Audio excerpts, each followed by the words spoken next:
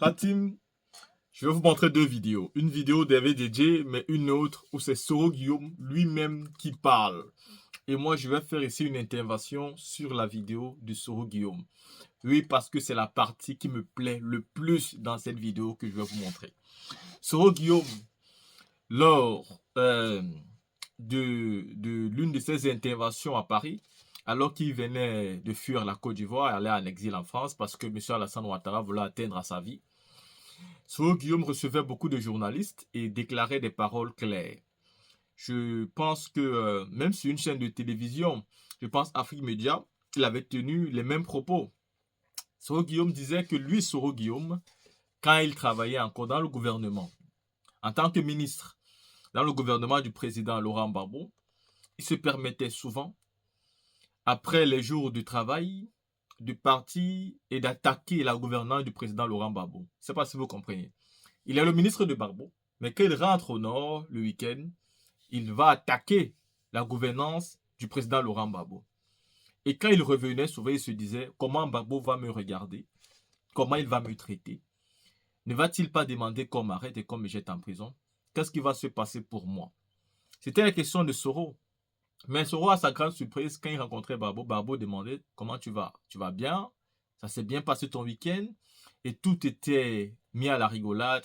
Et cette semaine passait, Soro repartait. Il partait continuer ou alors recommencer ce qu'il savait le mieux faire. Critiquer Gbagbo en tout lieu, en tout temps, à chaque fois où il avait l'occasion, quand bien même il travaillait avec le président Laurent Gbagbo.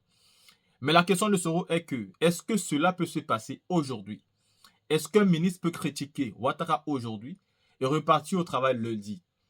Soro lui-même donne la réponse en disant que si vous osez critiquer aujourd'hui Alassane Dramane Ouattara, la semaine ne va même pas arriver que vous serez déjà retiré chez vous et soit vous serez déjà jeté en prison ou alors peut-être même vous ne serez même plus de ce monde, vous serez peut-être 6 pieds sur terre. J'ai envie de dire à Soro, est-ce que c'est seulement aujourd'hui que tu te rends compte de cela? Est-ce que quand tu travaillais encore avec le président Laurent Gbagbo, tu ne te rendais pas compte de cela? C'est ça même le véritable sens de la démocratie. La démocratie, c'est pouvoir parler, mais c'est d'accepter que l'autre parle. La démocratie, c'est de se battre pour que l'autre puisse dire ce qu'il pense, quand bien même ce qu'il pense ne vous arrange pas. Voilà pourquoi beaucoup d'écrivains l'ont souvent dit, je me battrai pour que tu puisses dire ce que tu as dit, même si ce que tu dis ne m'arrange pas. C'est aussi ça la liberté d'expression et c'est aussi ça la démocratie. La démocratie, c'est de faire un choix. Ce n'est pas parce qu'on est ensemble qu'on est forcément d'accord sur tout. Et le président Laurent Gbagbo l'a clairement compris. Voilà pourquoi il n'a jamais attaqué Soro Guillaume, malgré que Soro Guillaume, dans plein de cas, aurait mérité d'être arrêté par le président Gbagbo et d'être jeté en prison. À côté, Gbagbo l'a même offert une maison en tant que premier ministre, une maison qu'il devait obtenir après sa gouvernance. Car Gbagbo était là, non seulement à la recherche de la paix, mais il était en train de démontrer à Soro ce que c'est que la véritable démocratie. Est-ce que Soro lui-même, ce qu'il reproche aujourd'hui à Alassane Ouattara, est-ce que sur lui, ça pourra se passer? Est-ce que quelqu'un pourra critiquer Soro s'il est président et revenir travailler le lundi sans problème? C'est reste la question. La team, je vous offre alors ici deux bonnes vidéos. Écoutons Soro et ensuite Hervé Didier. Écoutons. Le matin, j'insultais Gbagbo sur RFI. Non, on a dire la vérité. Le matin à 6h30, RFI, là, j'insulte Gbagbo. Je dis Gbagbo, c'est un boulanger, un roublard. À 10h, je suis assis en salle de conseil. Je me demande quel regard Gbagbo va me réserver. Il vient me saluer. Je dis Guillaume, ça va. Et puis on s'assoit, on fait conseil. Mais est-ce qu'aujourd'hui, là, tu peux dire quelque chose au matin et puis tu n'as même pas arrivé au conseil de... Tu n'as même pas arrivé dans la salle du conseil des ministres? Combien? Ah, on va dire la vérité. Ça dit que si tu as parlé sur RFI à 6h30, si tu vas aller en conseil des ministres là-même, tu n'as pas arrivé là-bas. Je vais même vous faire une confidence sur Soul to Soul. Soul to Soul n'était pas dans le corps des ambassadeurs. Le seul bic qui a signé Soul pour le mettre dans le corps des ambassadeurs, c'est le bic de Gbagbo. Et pourtant, on était en adversité.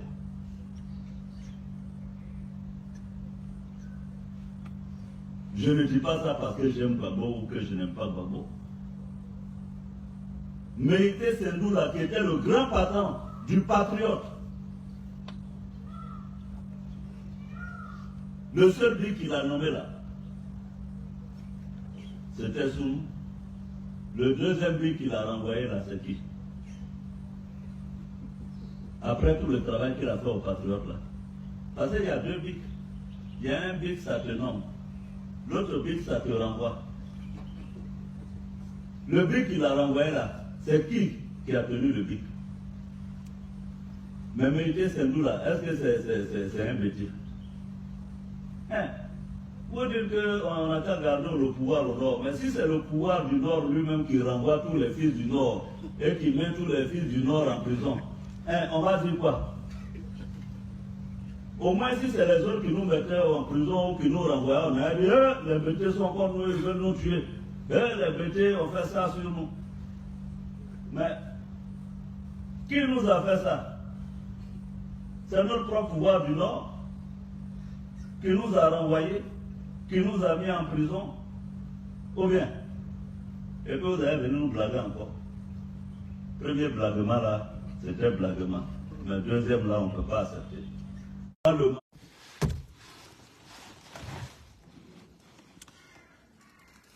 Bonjour, soyez salués depuis votre position. Nous sommes lundi, en ce jour. Il est lundi 4 mars, lundi 4 mars, il est 12h39. Connectez-vous, joignez-vous à moi pour que nous puissions parler. Voilà, j'ai mis trois pays en titre.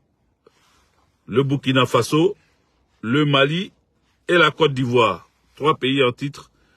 Je vous demanderai humblement de commencer à partager cette vidéo. Mettez-la partout où vous pouvez. Envoyez cette vidéo partout où vous pouvez pour que nous puissions parler. Voilà. Qu'est-ce qui s'est passé? Voilà. Donc, nous sommes là. Mettez des cœurs pour sécuriser le live. Mettez des cœurs pour sécuriser cette vidéo qui commence là maintenant. Voilà. Nous commençons par le Burkina Faso. Je me présente, je suis le général Modibo Goïta, Djedje, Dogbo Blek, Bagbo, Sankara, Sékou Touré, Cheikh Anta Diop, Ibrahim Traoré, général Tchani. Voilà, je suis tous ces vaillants guerriers. Voici Dogbo Blek qui est sorti de prison après 13 ans d'enfermement. Il est libre aujourd'hui et il a rejoint sa famille. Du moins, ce qu'il en reste. Voilà. Beaucoup d'autres ont rejoint leur famille dans des difficultés. Ils ont rejoint leur famille décimée depuis leur enfermement. Mais nous disons Dieu merci. Aujourd'hui, ces personnes sont dehors. Elles vont essayer de se reconstruire parce que c'est pas facile, il faut se reconstruire. Elles vont essayer de se maintenir, de retrouver un autre travail parce que elles ne sont plus du corps d'armée ayant été radiées par Alassane Dramane Ouattara. Donc ces personnes-là, de Boblé, les autres Logué, tous ceux-là vont essayer de se reconstruire. Voilà. Nous allons les accompagner dedans. Nous allons les accompagner dans cette reconstruction. Il faut mettre des cœurs autant que vous êtes. Odi Kwasi, big up à toi, bonne arrivée sur ce direct. Serge Nekigbo, responsable du conseil des sages de la section PPACI Awadom Melo du 93 Centre, soyez salués. Merci à vous, merci à toi, merci à tous ceux qui suivent ce live. Comme je disais tantôt, cliquez sur les cœurs. Je ne vois pas. Je vois que vous êtes là. Vous n'avez pas encore partagé. Odi Kwasi, Serge Kibo, il faut partager. Jimafi, big up à toi, sois salué, il faut partager. Voilà. De quoi il est question? De quoi il est question? Merci de partager, Jimafi.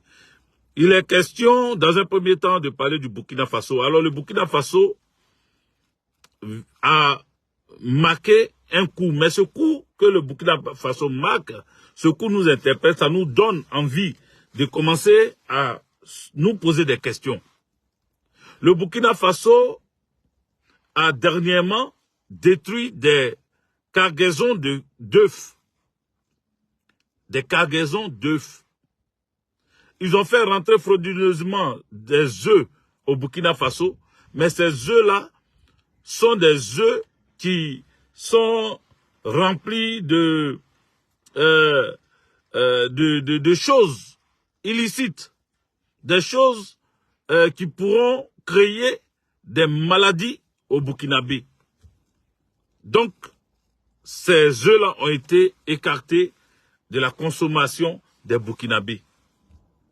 Nous disons bravo à ce secteur, ce ministère qui a pris en compte la santé des Burkinabés. Nous disons merci à ce ministère-là. Chaque ministère devait faire comme ce que le ministère de la Santé, de l'Agriculture du Burkina Faso, ce qu'ils ont pu faire là, il faut saluer ça et il faut s'en acquérir pour que dans chaque pays africain, on puisse observer, regarder d'où viennent nos aliments, ce que nous consommons, ce que nous mangeons là, d'où ça vient. Quand on importe, quand on importe de la nourriture, il faut savoir vraiment, il faut vraiment analyser cette nourriture-là. Les amis, nous sommes bloqués à 40 et c'est pas normal. Donc, partagez plusieurs fois, pas une seule fois. Il faut continuer à partager parce que quand nous parlons, nous sommes restreints. Voilà, nous sommes bloqués. Là, ça ne bouge plus, hein, voilà. Ça ne bouge plus, je ne sais pas si vous voyez même. Ça ne bouge plus. Voilà. Je suis toujours dans le viseur de ceux qui ne veulent pas que je parle. Voilà, mais je suis là. Donc vous, aidez-moi. Vous qui êtes là, aidez-moi en partageant massivement dans tous les groupes, dans les inbox, même sur les WhatsApp. Partagez tous les réseaux sociaux que vous avez. Partagez ma vidéo dessus pour que vos amis puissent voir, les amis de vos amis puissent voir et ainsi de suite. Donc, les Burkinabés ont refusé de consommer ces œufs-là. Mais je voudrais dire aux Burkinabés, aux Maliens et aux Nigériens de faire très attention. Faites très attention parce que ils vont passer par tous les moyens. Ils vont passer par tous les moyens pour vous atteindre. Par la guerre, ils ont peur. Par les armes, ils ont peur. Parce qu'ils savent que désormais, vous êtes très armés. Donc ça, ils ont peur de ça.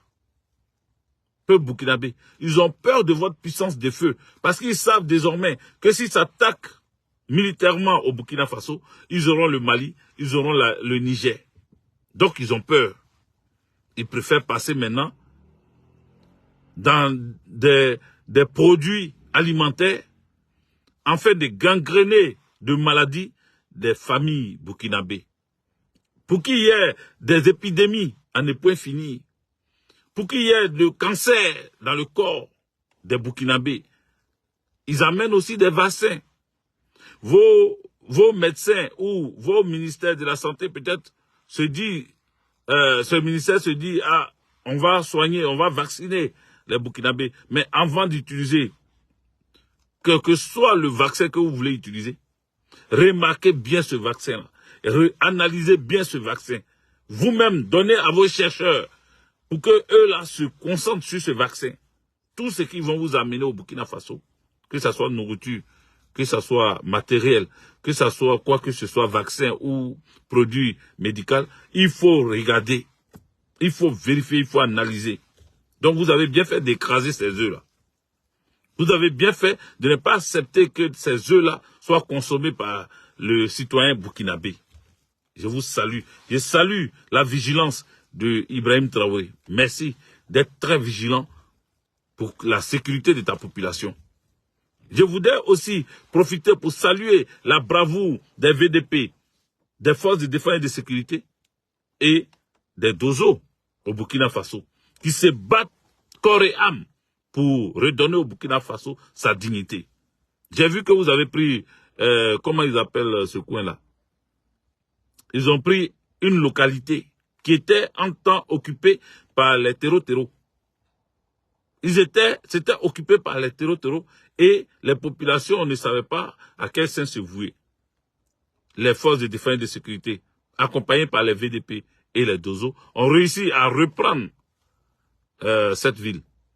Je voudrais vous saluer. Continuez comme ça parce que tout le territoire doit être récupéré.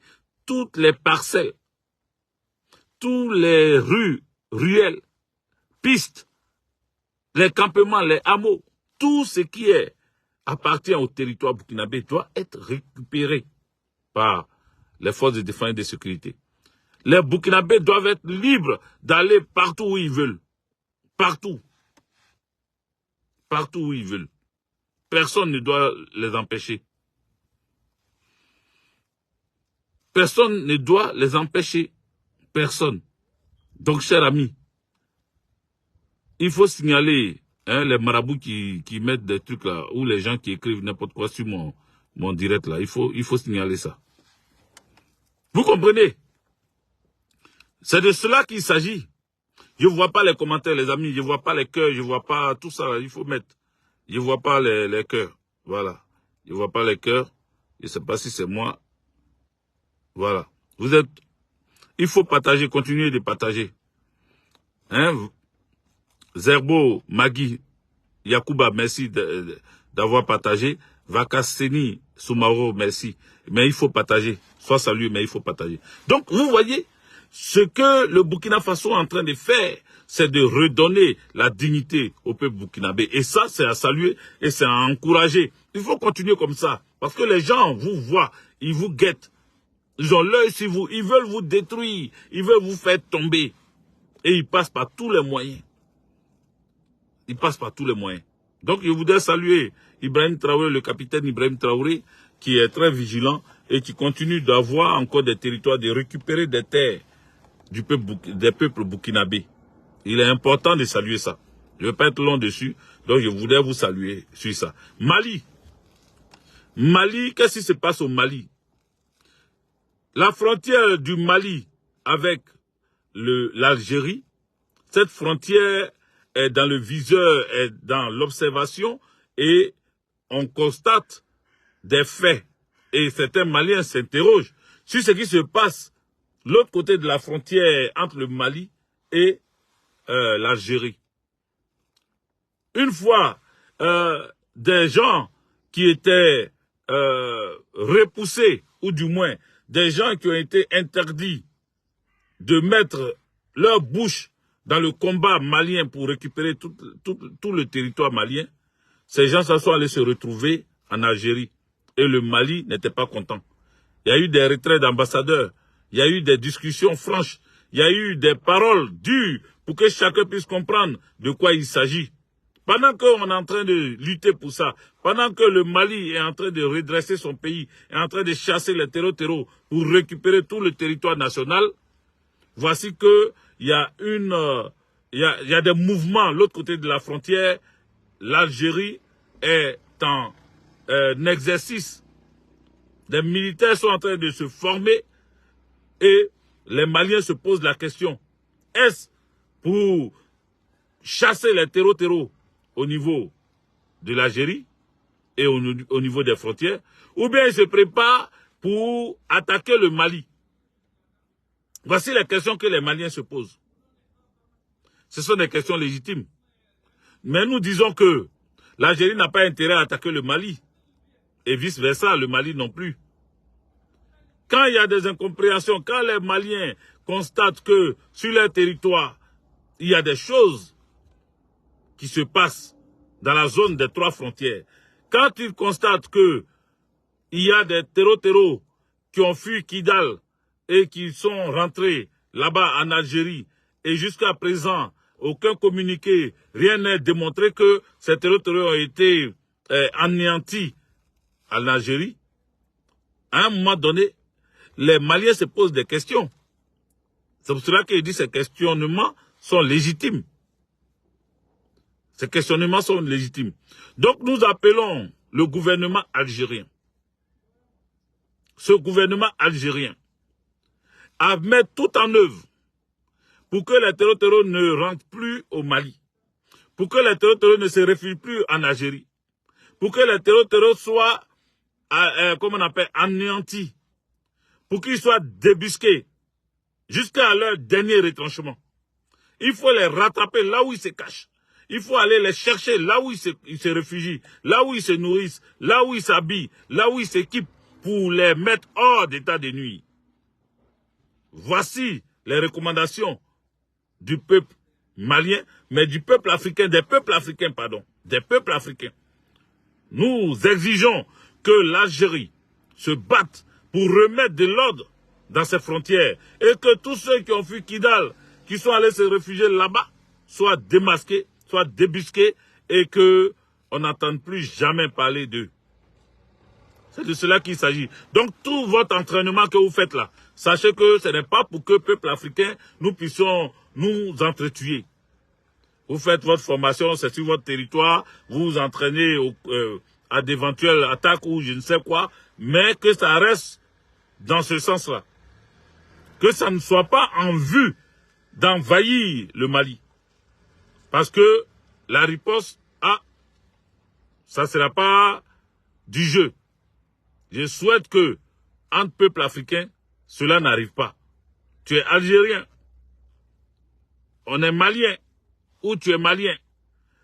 Faisons de telle sorte que nos frontières soient protégées et que plus jamais ceux qui utilisent la religion pour s'installer dans les peuples ou dans les pays, plus jamais ceux-là soient acceptés. Il faut les anéantir parce que ils mettent la désolation partout. Il faut les anéantir.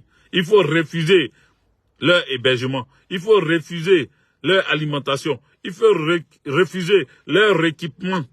Il faut refuser des sites d'entraînement pour ces maudits-là. Donc, voici mon message. En ce qui concerne le Mali, je voudrais dire aux Maliens de rester sereins. De rester sereins et de ne pas dormir parce que l'ennemi n'est pas loin. L'ennemi n'est pas du tout loin.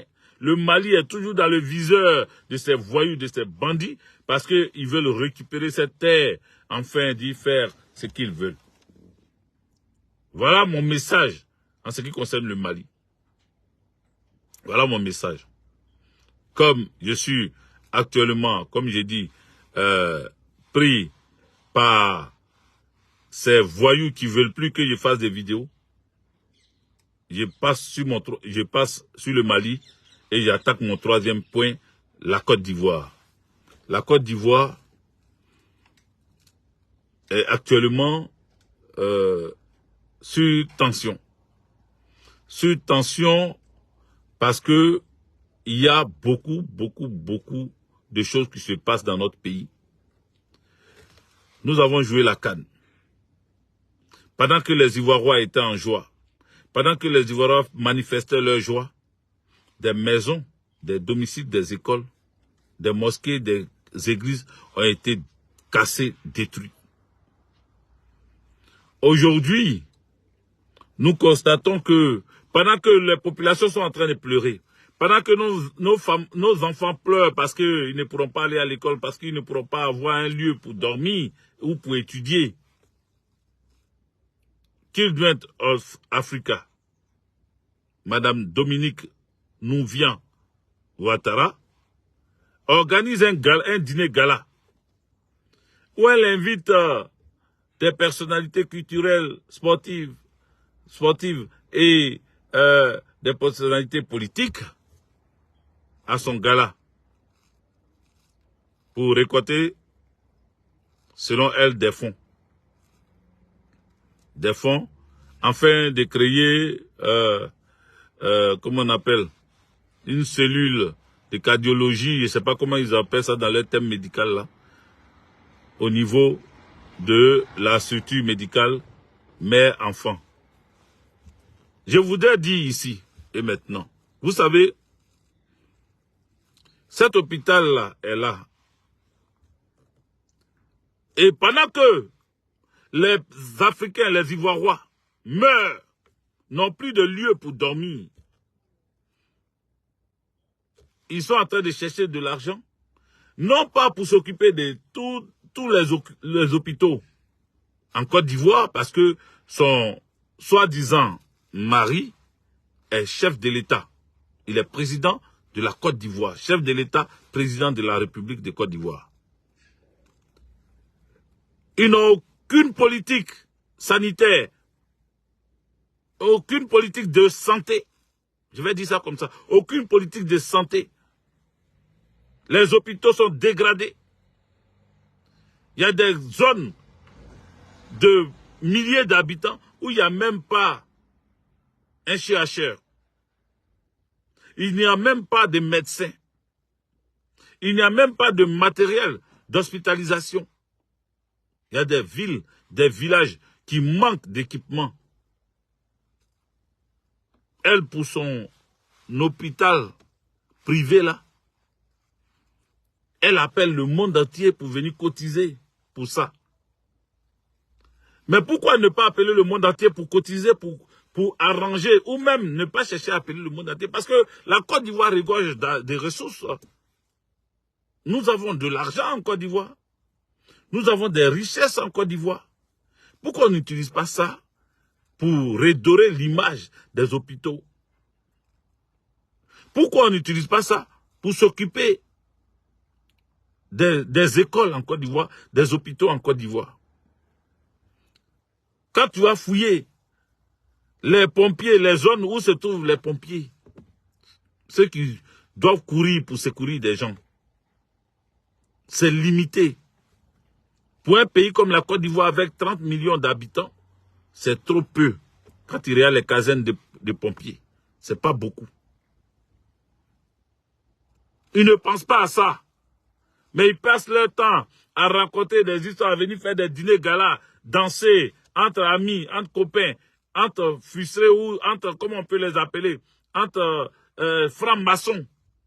Ils se réunissent et ils font la fête ensemble. Et ils récoltent les fonds, on ne sait trop pourquoi. Parce que l'année prochaine, elle va revenir encore, inviter des nouvelles stars, des stars du cinéma. Elle va les inviter juste pour donner un nom à son couple présidentiel. D'après eux, ils viennent pour payer, ils viennent pour donner, pour aider. Mais leur déplacement, billet d'avion, tout est payé parce que si vous pensez qu'ils n'ont rien à faire que de venir en Côte d'Ivoire s'asseoir là pour donner l'argent pour je ne sais quoi. On nous fait croire que c'est eux qui viennent donner. Mais en réalité, c'est l'argent du contribuable qu'on prend pour aller payer leur hôtel, pour payer leur avion. Et ils ont l'argent sur eux avant de repartir. Parce que sans l'aide de qui que ce soit, nous vient là, elle a l'argent. Elle peut construire des milliers d'hôpitaux si elle le veut. Mais en réalité, chaque année, ils ont leur business qu'ils viennent chercher en Côte d'Ivoire. Ils ont leur business. Ils ont leur business. On n'a pas de preuves. On n'a pas de preuves. Donc on ne peut pas s'avancer dans ce que c'est que leur business réel. On ne peut pas trop s'avancer parce qu'on n'a pas de preuves. Mais si on en cherche, des gens nous apporteront ces preuves-là. Parce que c'est hôpital mère-enfant. J'ai pas encore vu de témoignages des enfants ou des mères sorties de là-bas pour rendre témoignage, pour dire, ah, Dieu merci que l'hôpital mère-enfant est là parce que depuis que cet hôpital est là, je suis parti avec mon enfant ou bien je suis parti moi-même et en tant qu'une mère, j'ai été sauvé par les soins de cet hôpital. On n'a pas encore de témoignages. Je ne sais pas si c'est moi qui ne vois pas ou bien si c'est eux qui ne sont pas guéris, qui ne sont pas soignés comme il faut. On n'a aucune nouvelle de cet hôpital. Et j'espère que nos enfants, les parents là, vous allez les protéger bien. Vous allez bien les protéger. Mais si les gens ne peuvent pas se soigner dans les hôpitaux de proximité, comment ils vont faire? Toi, tu es ici, tu es en Europe. Tu nous dis de ne pas aller dans ces endroits-là parce qu'il y a des organes. Il y a des trafics d'organes dans ces endroits-là. Mais les gens n'en parlent pas trop. Parce qu'ils ne savent pas où partir. Ils sont obligés d'y aller. Donc, on n'est pas encore sorti de l'auberge. Nous ne sommes pas encore sortis de l'auberge. Je vais m'arrêter là. Je ne vais pas aller plus loin que ça. parce que ma vidéo de ce jour est encore bloquée à 70, ça ne monte plus. Depuis plus de 20 minutes, 25 minutes que je suis là, c'est resté à 70. Ça avait atteint 80, c'est descendu à 68, à 70. Donc, je comprends aisément que je suis encore sous sanction. Donc, je préfère m'arrêter là. J'ai beaucoup de choses à dire, mais je préfère m'arrêter là. Soyez salués. Et ce week-end, je reçois de la visite. Je reçois de la visite ce week-end samedi. Donc, je voudrais vous dire merci à tous ceux qui continuent de contribuer et appeler pour les condoléances. Ceux qui viennent aussi nous rendre visite pour les condoléances, je vous remercie. Mais c'est après l'enterrement, parce qu'on va faire la veillée le 8 juin, mais l'enterrement sera en août. Voilà, le 9 août et le 10 août, l'enterrement. Le 9, c'est la levée du corps et le 10 août, c'est l'enterrement. Voilà, c'est l'enterrement. Donc, en ce moment-là, après le 10 août, je pourrais remercier vraiment toutes les personnes qui m'appellent, qui m'écrivent, qui me rendent visite, qui m'aident, qui apportent leur soutien, que ce soit moral, que ce soit financier, que ce soit matériel même. Je voudrais vous dire merci, mais je vous dirai merci quand le moment sera venu après l'enterrement. Voilà. Merci à vous. Que Dieu nous bénisse, que Dieu nous protège. C'était moi. Voilà. Partagez, vous qui n'avez pas encore partagé. Et puis, on y va. Haut les cœurs, on y va.